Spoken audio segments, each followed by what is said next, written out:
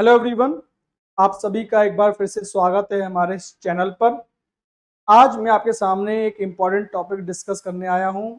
ये topic UPSC ने 2023 में से पूछा हुआ है। इसके अलावा आने वाले स्टेट पीसीएस एग्जाम में या हो सकता है दोबारा ये टॉपिक किसी भी फॉर्म में यूपीएससी में आ जाए।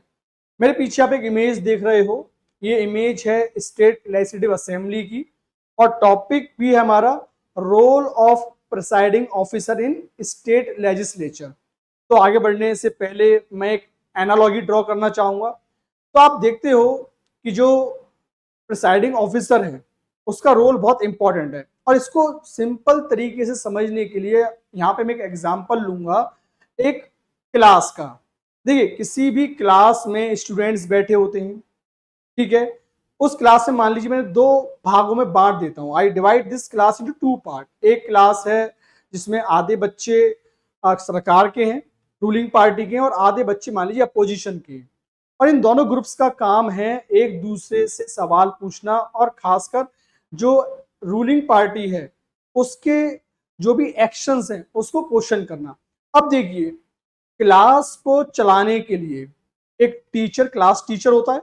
क्लास टीचर का काम क्या होता है कि स्टूडेंट्स अपना काम तरीके से करें, कोई क्लास में शैतानी ना करे, लोग अपना जो टाइम टेबल है उसको फॉलो करें और जो भी टॉपिक टीचर पढ़ा रहा है उसके ऊपर सभी बच्चे ध्यान दें और अपनी अपनी बारी आने पर जवाब दें। ऐसा ही कुछ होता है हमारे स्टेट लेजिस्लेचर में। स्टेट लेजिस्लेचर को चलाने के लिए भी आपको एक पर्सन चाहिए, उसी को हम बोलते हैं प्रिसाइडिंग ऑफिसर। अभी हम इस वीडियो में देखेंगे प्रिसाइडिंग ऑफिसर किस तरीके के होते हैं, उनके क्या रोल्स हैं।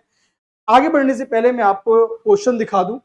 तो क्वेश्चन जो यूपीएससी ने पूछा था वो आपका ये था, discuss the role of presiding officers of state legislatures in maintaining order and impartiality, in conducting the legislative work and in facilitating best democratic practices। तो यहां पर मैं आपका ध्यान कुछ चीजों पे लाना चाहूंगा। तो आप देख रहे हो टॉपिक हमारा है रोल ऑफ प्रिसाइडिंग ऑफिसर्स, ये तो हम डिस्कस कर ही रहे हैं। ओके, इसके अलावा आपको फोकस करना है कीवर्ड्स पर, क्योंकि हो सकता है जब आप एग्जाम दे तो कीवर्ड्स कुछ और हो। तो इसमें जो कीवर्ड्स थे वो थे maintaining order, maintaining order, impartiality in conducting legislative work and in facilitating best democratic practices। तो आप देखिए इसमें आपका आ गया ऑर्डर मींस डिसिप्लिन, इम्पार्शियलिटी और डेमोक्रेटिक प्रैक्टिसेस। तो आप देखते हो कि कई बार टीवी पे डिबेट आती है। आप देखते हो कि मान लीजिए जिस राज्य में जिसकी सरकार होती है उसी के ही ज्यादातर प्रिसाइडिंग ऑफिसर होते हैं। कन्वेंशन के तौर पर भी कॉन्स्टिट्यूशन में ऐसा नहीं लिखा है कि प्रिसाइडिंग ऑफिसर किस पार्टी का होना चाहिए। जो आपके आर्टिकल है जैसे आर्टिकल 178, वो कॉन्स्टिट्यूशन में खाली इतना बोलता है कि स्पीकर और डेप्यूटी स्पीकर को असेंबली के जो एमएलएज हैं वो चुनेंगे। अब वो जो स्पीकर है, डेप्यूटी स्पीकर है, वो रूलिंग पार्टी का होगा या अपोजिशन का होगा ये नहीं लिखा है। बट क्योंकि रूलिंग पार्टी मेजोरिटी में होती है, सबसे ज्यादा एमएलए उसी के होते हैं, तो वो अपना ही पर्सन क्या बनाती है, स्पीकर। कई बार डेप्यूटी स्पीकर भी उसी को बना देती है या अपोजिशन को भी मौका देने के लिए डेप्यूटी स्पीकर बना देती है। अब यहाँ पे दो सवाल उठते हैं, दो डाउट आते हैं कि देखा गया है, आप लोगों ने पिछले कुछ सालों में देखा भी होगा कि बिहार असेंबली में जो बिहार के स्पीकर थे, जब नीतीश कुमार जी की सरकार थी आरजेडी के साथ, तो वो उन्हीं के कहने पे काम कर रहे थे, ऐसा बोला गया मीडिया रिपोर्ट्स में। ऐसे ही महाराष्ट्र असेंबली में जब उद्धव ठाकरे की सरकार थी उस समय जब डिस्क्वालिफिकेशन हुआ तो वहां भी ये पॉइंट उठ के आया। तो आप देखते हो कि हर बार कहीं ना कहीं ये मुद्दा उठ के आता है सामने स्टेट्स में, खासकर कि आप जो भी कर रहे हो वो आपका क्वेश्चन किया जाता है कि आपकी इम्पार्शलिटी है, आप जो रूलिंग पार्टी उसको कहीं ना कहीं फेवर कर रहे हो, है ना। आपको वो सब चीजें मैनेज करते हुए चलना है। तो वही हमारे डिस्कशन का पार्ट है। तो आइए शुरुआत करते हैं अपने डिस्कशन की। तो आप देखते हो प्रिसाइडिंग ऑफिसर का मेन फंक्शन क्या है। प्रिसाइडिंग ऑफिसर का मेन फंक्शन है, जैसे मैंने बताया क्लास टीचर का होता है, कि हाउस को रन करना, रनिंग द हाउस, है ना। जो आपका हाउस है मीन जो असेंबली है उसको रन करना, चाहे वो आपकी विधान परिषद हो या विधानसभा। हिंदी में इनको विधान परिषद विधानसभा बोलते हैं, कॉन्स्टिट्यूशन में है, राइट। बट इनको वैसे ऑफिशियली क्या बोला जाता है as per constitution? State assembly and council of state assembly and legislative council. State assembly and legislative council. तो स्टेट असेंबली क्या होती है? Vidhan Sabha. And legislative council क्या होती है? आपकी विधान परिषद। हम इस पे आएंगे अभी। तो की फंक्शंस आप देख रहे हो, की फंक्शंस होते हैं रनिंग हाउस, हाउस को रन करना, उसका संचालन करना, मेंटेनिंग डिसिप्लिन, डिसिप्लिन को मेंटेन करना, और प्रोसीजर एंड प्रोसीडिंग्स को करना, कार्यवाही चलाना कि क्या रूल्स फॉलो हो रहे हैं, प्रोसीडिंग सही जा रही है कि नहीं जा रही है। अब इसको थोड़ा डिटेल में समझते हैं। टाइप्स ऑफ ऑफिसर्स, जैसे मैंने कहा लेजिस्लेटिव असेंबली, विधानसभा अंडर आर्टिकल 178 दी हुई है आपकी, और स्पीकर आपके दिए हुए हैं यहाँ पर, राइट। तो दो ऑफिसर होते हैं, स्पीकर एंड डेप्यूटी स्पीकर। ये दो किसमें होते हैं आपके? लेजिस्लेटिव असेंबली में, और आर्टिकल क्या है? 168।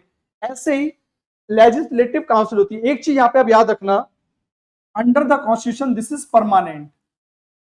This is permanent means her state में लेजिस्लेटिव असेंबली तो होगी, but legislative council is optional. This is optional, ये हर स्टेट में नहीं है।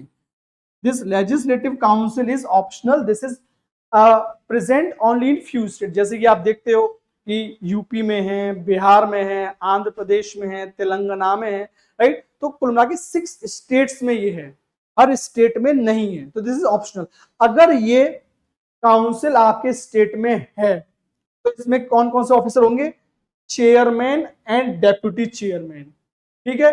तो ये आपके टाइप्स ऑफ ऑफिसर हो गए। अब बात करते हैं मेन इनके रोल की, इनके फंक्शन की। जैसे मैंने कहा मेंटेनिंग ऑर्डर एंड डेकोरम। तो देखिए हाउस अच्छे से काम करे, सबसे पहली रिक्वायरमेंट क्या है? That the members, that is MLA, they should behave properly, they should maintain discipline. If मान लो कोई किसी को अभद्र भाषा, अनपार्लियामेंट्री लैंग्वेज का यूज करता है, किसी को गाली देता है, राइट, तो ये किसका काम है? आपके स्पीकर का या प्रिसाइडिंग ऑफिसर का, कि उनको शांत बिठाना। या मान लीजिए कोई मेंबर अपनी बात कर रहे हैं और दूसरे मेंबर बीच में हल्ला गुल्ला कर रहे हैं, शोर कर रहे हैं, तो उनको बिठाना, राइट। उसके अलावा डेकोरम, कि जिसकी बारी आएगी वही सवाल पूछेगा। ऐसा नहीं कि किसी के मन में आए और आपने उसको क्या बना दिया? मछली बाजार, आपने इसको फिश मार्केट बना दिया कि समझ में ही नहीं आ रहा कौन सवाल कर रहा है और कौन आंसर दे रहा है। तो this is the first important.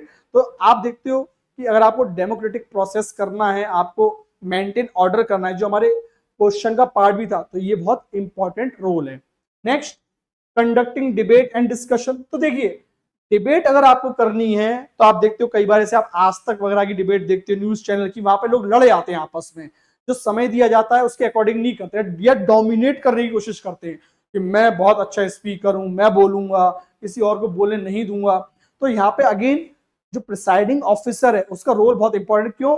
He allocates fair time, कि देखिए सबको मौका मिलेगा, सबकी बारी आएगी, रूलिंग पार्टी की भी आएगी, अपोजिशन की भी आएगी, आप भी बोलेंगे, और जब आपने बोल लिया तो आप शांत बैठिए, दूसरा इंसान बोलेगा, राइट। तो ये डेमोक्रेसी के लिए बहुत जरूरी है। उसके अलावा डाइवर्स ओपिनियन, मान लो अगर कुछ एक ही तरीके का ओपिनियन आ रहा है तो आप देख सकते हो कि नहीं इस तरीके के सवाल कई आ चुके हैं, मैं चाहता हूं कि और अलग अलग तरीके के सवाल आए। मीन्स आप कुछ और पक्ष को भी सामने रखिए, ये नहीं कि बस एक ही तरीके के सवाल है कुछ ही लोग। मान लीजिए कहीं आप किसानों का मुद्दा उठा रहे हो, कहीं आप महिलाओं का मुद्दा उठा रहे हो, तो मैं चाहता हूं एज अ प्रिसाइडिंग ऑफिसर कि कोई बच्चों की बात भी करे, कोई एम्प्लॉयमेंट की बात भी करे, कोई हेल्थ की बातें भी करे। तो डाइवर्स ओपिनियन आने चाहिए, ये नहीं सिर्फ अच्छी अच्छी बातें हम सुनना चाह रहे हैं, राइट। उसके बाद फॉर्मेशन ऑफ कमिटीज। तो मान लीजिए कोई बहुत इंपॉर्टेंट मुद्दा है, कोई ऐसा मुद्दा है जो पूरी स्टेट के लिए कंसर्न है, तो वहां भी कमिटीज फॉर्मेशन में प्रिसाइडिंग ऑफिसर रोल प्ले करते हैं। अब एक कमेटी बनेगी तो वो सरकार के ऊपर अच्छे सवाल कर सकती है, बिना किसी दबाव के वो एक स्क्रूटनी कर सकती है, सरकार को कटघरे में खड़ा करती हुई कमेटी अपनी रिपोर्ट बनाएगी, और ये जो रिपोर्ट होती है निष्पक्ष बनाई जाती है। उम्मीद की जाती है कि जो कमेटी के मेंबर्स हैं वो पार्टी की जो पॉलिटिक्स है उससे ऊपर उठ के जनता के हित में काम करेंगे, राइट। तो ये भी एक अच्छा कदम। बट अगेन कमिटीज फॉर्मेशन कौन करता है? Presiding officer. फिर ब्रीच ऑफ प्रिविलेज, मान लीजिए कोई भी एमएलए है, वो अपने प्रिविलेजेस का फायदा उठा रहा है। मान लीजिए आप हाउस के अंदर कुछ भी बोल सकते हैं, इसका मतलब ये नहीं आप किसी मर्यादा का उल्लंघन करेंगे, किसी पर्सनल लाइफ के बारे में कुछ बोलेंगे, या सीएम या क्वेश्चन पूछने के बहाने आप किसी को कटाक्ष कर रहे हैं, वो भी गलत तरीके से, तो ये सब भी आप किसी को कंट्रोल करोगे? प्रिविलेजेस में। ये किसके पास होती है पावर? Presiding officer. उसके अलावा डिसीजन ऑन मनी बिल, कुछ और भी फंक्शन ये करते हैं। सबसे बड़ा मनी बिल, आप देखिए किसी भी सरकार को चलाने के लिए पैसा चाहिए होता है, और मनी बिल एक इस तरह का बिल है जो टैक्सेस से डील करता है, मनी रिलेटेड एस्पेक्ट से डील करता है, राइट। और अगर हम बात करेंगे मनी बिल, तो सेंटर के केस में आर्टिकल 110 में दिया हुआ है, सेंटर के केस में, राइट, स्टेट के केस में भी दिया हुआ है, right. But here this article is representing union money bill, union का आर्टिकल है ये। दूसरा, कास्टिंग वोट, मान लीजिए किसी मौके पर 50 वोट अपोजिशन पार्टी के, 50 वोट सरकार के। अब ऐसे मौके पर किस बिल पास होना है या नहीं होना है, क्या फैसला लिया जाए जब टाई हो जाए? जैसे आप देखते हो क्रिकेट मैच में भी सुपर ओवर होता है, अगर दो टीम का स्कोर बराबर है तो सुपर ओवर दिया जाता है, पर यहाँ पे सुपर ओवर नहीं, यहाँ पे कास्टिंग वोट है। तो अगर मान लीजिए दो पार्टीज के बराबर बराबर वोट है, अब डिसाइड करना है यस और नो के बीच में, तो आपके जो प्रिसाइडिंग ऑफिसर वो क्या करते हैं? कास्टिंग वोट, वो अपना वोट डाल के बताएंगे कि बिल पास होगा या नहीं होगा। Then disqualification of members under anti defection law, जिसको हम क्या बोलते हैं? 10th शेड्यूल में भी बोलते हैं, 10th शेड्यूल। और इसे हम क्या करते हैं कि ऐसा कोई मेंबर जो अगेन डेमोक्रेसी पर अटैक करता है, जो किसी भी कारण से अपनी पार्टी को छोड़ के, अपनी पार्टी की गाइडलाइन से अगेंस्ट जाके दूसरी पार्टी को ज्वाइन करता है, तो उसको भी पनिशमेंट करने का अधिकार किसके पास है? प्रिसाइडिंग ऑफिसर के पास। तो इस वीडियो में हमने देखा कि प्रिसाइडिंग ऑफिसर एक बहुत इंपॉर्टेंट रोल प्ले करते हैं किसमें? डेमोक्रेसी को प्रमोट करने में, कि हर एमएलए, हर पार्टी को मौका मिलना चाहिए सवाल पूछने का, अपनी बात करने का, डिबेट हेल्दी हो, अच्छी हो, उसके लिए भी। क्योंकि देखिए जो डिबेट हाउस के अंदर हो रही है उसको जनता टीवी पर देख रही होती है, लोगों को भी जागरूकता मिलती है, इंफॉर्मेशन मिलती है। तो ये बहुत इंपॉर्टेंट पोस्ट है, आपको इम्पार्शियल होना पड़ेगा। ऐसा नहीं कि आप जिस पार्टी के सदस्य रहे हो आप उसके मेंबर्स को ज्यादा मौका दे रहे हो, और जो पार्टी आपके विपक्ष में थी, राइट, आप उसके मेंबर्स को मौका नहीं दे रहे हो। कई बार ऐसे एलिगेशन लगाए जाते हैं कि जो स्पीकर होता है वो रूलिंग पार्टी को फेवर ज्यादा करते हैं, वो अपोजिशन माइक बंद कर देते हैं, इस तरह की चीज, राइट। बट ओवरऑल इनका रोल बहुत इंपॉर्टेंट है इम्पार्शियलिटी के लिए, डेमोक्रेसी को प्रमोट करने के लिए। सो आई होप आपको ये डिस्कशन पसंद आया होगा। मिलेंगे एक और वीडियो में, तब तक देखते रहिए। Thank you.